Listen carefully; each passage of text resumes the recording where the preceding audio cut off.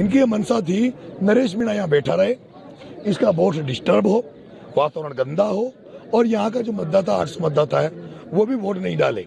जब तक कलेक्टर यहाँ नहीं आएगी, जब तक नरेश मीणा तो अनशन पे रहेगा। गांधी जी के मार्ग पे चल रहे थे, लेकिन आज के इस आधुनिक भारत में जहाँ सब लोग भ्रष्ट हैं, सारे अधिकारी जो करप्ट हैं, वो सारे अधिकारी जो सुनने को तैयार नहीं, महात्मा गांधी के अहिंसा के मार्ग को मानने का तैयार नहीं है, इसलिए भगत सिंह की जरूरत है। इसलिए नरेश मीणा को भगत सिंह बनना की जब तक जरूरत पड़ी तब तक नरेश मीणा भगत सिंह बनता है और बनता रहेगा।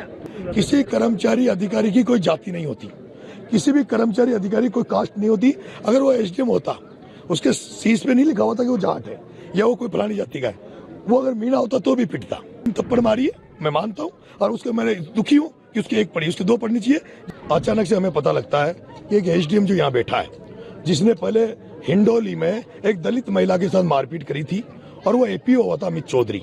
उस अमित चौधरी ने यहाँ एक आंगनबाड़ी में एक जो महिला होती है उसको, एक जो टीचर है यहाँ पे उसको, और आंगनबाड़ी का जो महिला का जो पति था वो अपंग था, उन तीनों को दादागिरी से कि तुम्हें सस्पेंड कर देंगे, तुम्हारी नौकरी खा जाएंगे, तुम वोट डालो, और उनको तीनों को जबरदस्ती ले जाकर वोट उन्होंने डलवाया है। उस महिला ने अपना इंटरव्यू भी सबके सामने दिया है। उसके बाद हमें जब पता लगा, तो जिस तरह से पिछले 25 तारीख से मेरे साथ हो रहा है, मेरे पोस्टरों को फाड़ा जा रहा है, मेरे लड़के अभी अलीगढ़ में थाने में बंद है, रात को मेरे लड़के बंद किए गए, मेरे को प्रचार करने से रोका जा रहा था।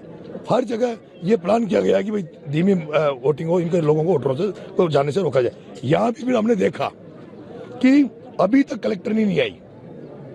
ये बड़ा दुर्भाग्य है। एसपी यहाँ बैठा होता, अभी मैंने आधे घंटे पहले कह दिया भाई एसपी को बुला लो, मान लेंगे, लेकिन एसपी यहाँ होते हुए भी एसपी नहीं आया। डिप्टी को भेज रहे हैं, और डिप्टी कह रहा मैं आश्वासन दे दूं 2 दिन बाद में, अगर हम लाख लोगों को लेकर अगर कलेक्टर का घेराव करेंगे इस मुद्दों को लेकर, तो कलेक्टर कहेगा मेरे पास तो सूचना नहीं थी। हम ये चाहते थे आज रिटर्न में केवल कलेक्टर सीएम को मैसेज कर दे भाई इन गाँव को देवली से वापिस उपखंड जो इनका उनियारा से हटा के इनको देवली उपखंड किया है, जो उनियारा इनके 15 किलोमीटर पड़ता है, देवली 95 किलोमीटर पड़ता है। ये पूरा पंचायत का गांव, 8 गांव पंचायत में, उन सबका ये मुद्दा था। इन्होंने कहा भाई हमें वहां से हटाकर, तो लेकिन कलेक्टर ने हमारी अनसुनी करी और अभी तक कलेक्टर यहाँ नहीं आई है। फिर लास्टली हमने होपलेस हो गए, क्योंकि इनका ये मनसा है, इनकी ये मनसा थी नरेश मीणा यहाँ बैठा रहे, इसका वोट डिस्टर्ब हो, वातावरण गंदा हो और यहाँ का जो मतदाता 800 मतदाता है वो भी वोट नहीं डाले। क्योंकि बहिष्कार का दिन 3 वोट डला गए, फॉर्मेलिटी कर ली थी, वही बहिष्कार नहीं है, 3 वोट डल गए, जो तो ये अपने वो करना चाहते जो कर्मचारियों से डलवाए। लेकिन अब ये तय हुआ है कि जो लड़ाई हम लड़ रहे हैं उसमें वो चाहते हमसे ये थे कि वोटिंग नहीं हो, तो हमारा उनका मकसद सफल हो रहा था। ऐसे में मैंने अभी फैसला लिया है, एक सीओ साहब आए रघुवीर सिंह जी, उन्होंने कहा मैं आश्वासन दे दूं। हमने मना कर दिया, सीओ का लेवल का नहीं है, सीओ का लेवल का होता तो हम एसडीएम से बात कर लेते। हमने कहा कलेक्टर लेवल की बात है, हमने सीओ से मना कर दिया, आप आश्वासन मत दो, हमें आश्वासन की जरूरत नहीं है, हमें कलेक्टर का आश्वासन चाहिए। मैंने उसके बाद सभी गाँव वालों से कहा है आप अपना वोट चालू करें, उनका वोट डल रहा है, मैं यहाँ बैठा हूँ, मैं यहाँ अन्य बूथों पर भी जाएंगे, मैं कहीं नहीं जाऊँगा, मैं यहीं बैठा हूँ। जैसे इनकी वोटिंग खत्म होगी मैं इस गाँव से मंत्रणा करूंगा। अगर इस गाँव और 8 गाँव से, जिस पंचायत में पड़ते हैं 8 गाँव जिनकी ये समस्या है, और यही नहीं मोहम्मदगढ़ की भी समस्या है, उनको भी उनियारा से तोड़ के नगर फोर्ट में जोड़ दिया गया, देवली में जोड़ा। वो जितने भी गांव जो इस परेशानी में जूझ रहे हैं उनकी मैं बैठक लूंगा, और अगर ये फैसला सुनाते हैं, अगर ये आंदोलन की राह पे चलते हैं, तो मेरा तो मन है, मेरी इच्छा इनसे प्रकट कर दूंगा गाँव वालों से। मेरी इच्छा नरेश मीणा की ये है कि जब तक कलेक्टर यहाँ नहीं आएगी, जब तक नरेश मीणा तो अनशन पे रहेगा, यहाँ से जाके हम हाईवे पे कूच करेंगे कलेक्टर की तरफ, और उसके बाद देखते हैं कलेक्टर। नरेश मीणा जी को गुस्सा क्यों आता है?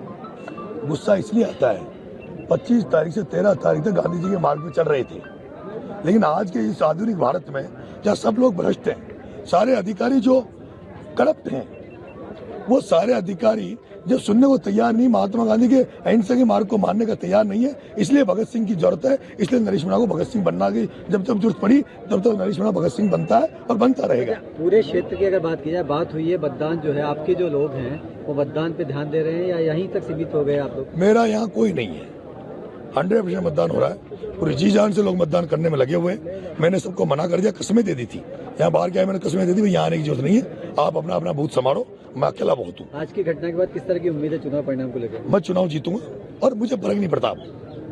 मैं इस घटनाक्रम से आज मेरा नुकसान भी हुआ होगा बड़ा, मुझे 8-10 हज़ार वोटों का नुकसान हुआ होगा, मुझे फर्क नहीं पड़ता। मैं राजनीति ऐसी कर रहा हूँ जिस राजनीति में पद कोई बड़ा बड़ा अहम नहीं होता। मैं कर्नल बैंसला के पद चिन्हों पे चल रहा हूँ, मैं काशीराम के पद चिन्हों पे चल रहा हूँ, मैं लोकेंद्र सिंह कालवी के पद चिन्हों पे चल रहा हूँ, जो लोग खुद नहीं बने पर जिन्होंने पहचान बनाई, जिनकी मूर्तियां लग रही है। मेरा ही निवेदन, आज जो घटना हुई मेरे को पता लगा है कि उसको जाति विशेष से जोड़ा जा रहा है। मैं आपसे एक विशेष बात कहना चाहता हूँ, किसी कर्मचारी अधिकारी की कोई जाति नहीं होती, किसी भी कर्मचारी अधिकारी कोई कास्ट नहीं होती।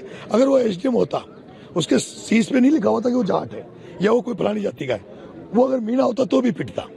और मैंने थप्पड़ मारी है, मैं मानता हूँ, और उसके मैं दुखी हूँ कि उसकी एक पड़ी, उसके दो पड़नी चाहिए। जब मुझे ये पता लगा, ये अफसोस अब हो रहा है। अफसोस इसलिए हो रहा है मुझे, जब बाद में ये पता लगा कि इस अमित चौधरी ने हिंडोली में एसडीएम रहते हुए एक दलित महिला के साथ बदतमीजी करी थी, उस दलित महिला के साथ मारपीट करी थी, उस मामले में एपीओ हो चुका है।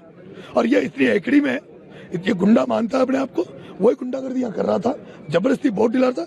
मैं उन जाट भाइयों से कहना चाहता हूँ जो इसको जाति का मानते हैं, अगर ऐसा मानते रहे तो कल से इस देवली उनियारा में एक नारा दिया है मैंने कि अगर कोई अधिकारी कर्मचारी भ्रष्टाचार करेगा, कोई किसानों से, आमजन से अगर रिश्वत खाएगा, तो उसको नरेश मीणा काला मुंह करके गधे पे बिठाएगा।